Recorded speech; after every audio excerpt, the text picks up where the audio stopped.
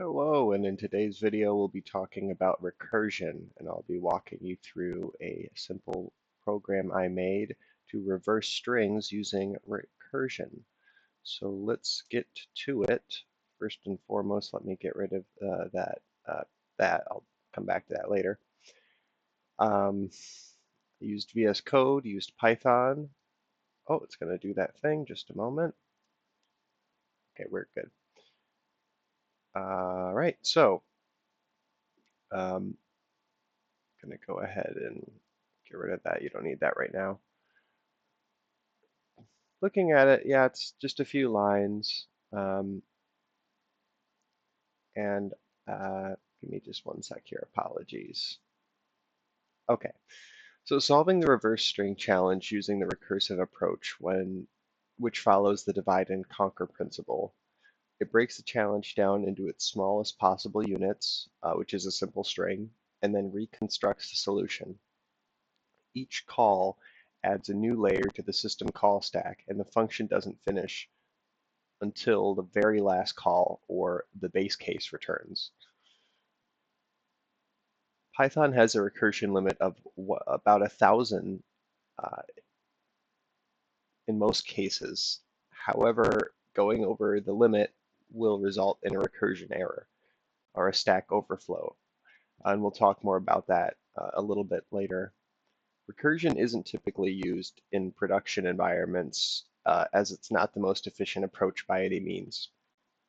Recursion is useful for preventing infinite loops via the base case, and it's also useful for determining how memory is allocated during execution and for reducing complex tasks into smaller identical tasks.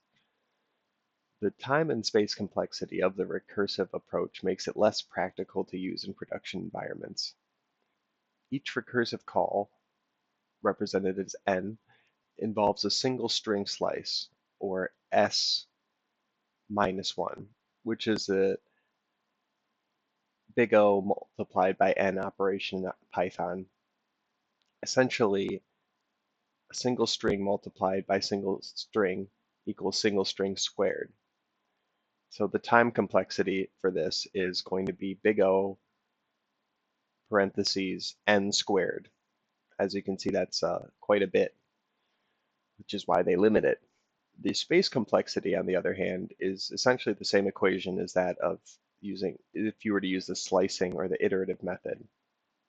However, the memory efficiency is much lower in recursion because it's orders of magnitude more memory intensive and thus poses a higher risk of crashing. Now I'm going to pop back up that visual for you. Here we are.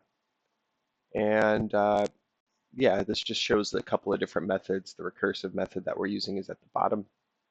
The stack and the heap in terms of the space complexity aren't too different.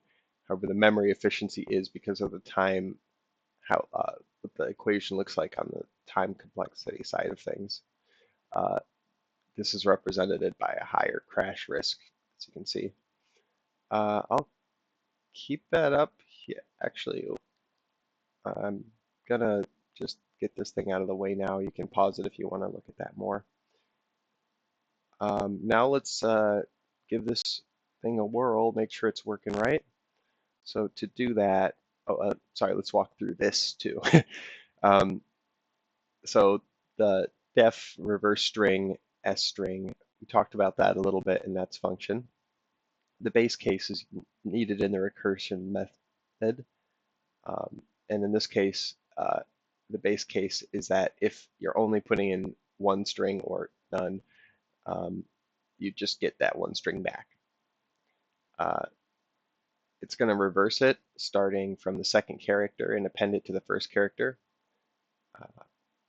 And it does it in a different way than the other methods, which is less feasible for production environments, but very useful for like detecting infinite loops and just learning more about how the stack is working.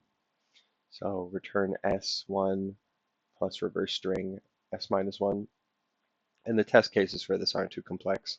We're just going to make sure the words Python, hello world, 1, 2, 3, 4, 5, nothing, A, and app dev. See how those come back. For TC and test cases, print the input, TC, and then reverse string.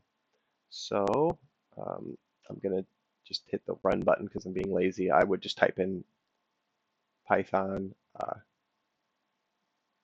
then the program name, but I can do that.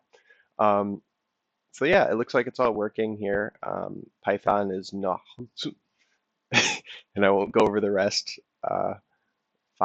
1, 2, 3, 4, 5 becomes 5, 4, 3, 2. Reversed is nothing, and then reversed is A. So the good stuff. I'll try to make this one pretty brief here at about 5 minutes. Hope you enjoyed. Thanks and goodbye.